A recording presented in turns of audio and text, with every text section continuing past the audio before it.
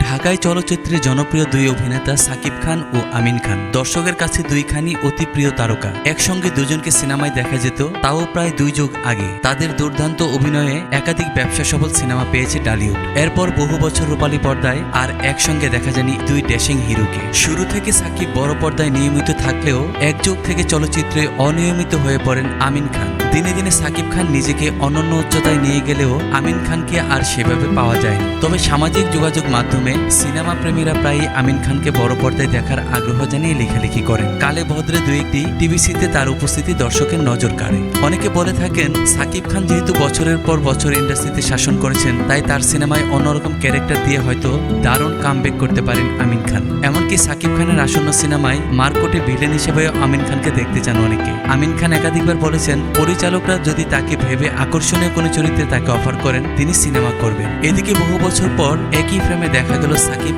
ও আমিন খানকে। দুজনে পরস্পরের কাঁধে কাঁধে রেখে থামস আপ দিয়ে আছেন। দুই খানের মুখে যেন হাসি ফোরাচ্ছে না। সাকিব খান তার ব্যবসায়িক প্রতিষ্ঠান রিমার্ক হল্ডেনের টি-শার্ট ও ক্যাপ পরে আছেন, অন্যদিকে ওয়ালটনের হুডি পরা আমিন খান। তবে কেন তারা একত্রিত হয়েছেন কিংবা আগামীতে কোনো কাজে তাদের একসঙ্গে দেখা যাবে কিনা তা পরিষ্কার জানা যায়নি। একসঙ্গে সাকিব খান ও আমিন খান অভিনীত সিনেমাগুলোর মধ্যে রয়েছে হীরাচুন্নি পান্না, উত্তেজিত, হিম্মত, গরম খবর, 7 খুন মাফ, পিতার আসন, ফুল নেবে না অশ্রু নেবে, সমাধি ইত্যাদি।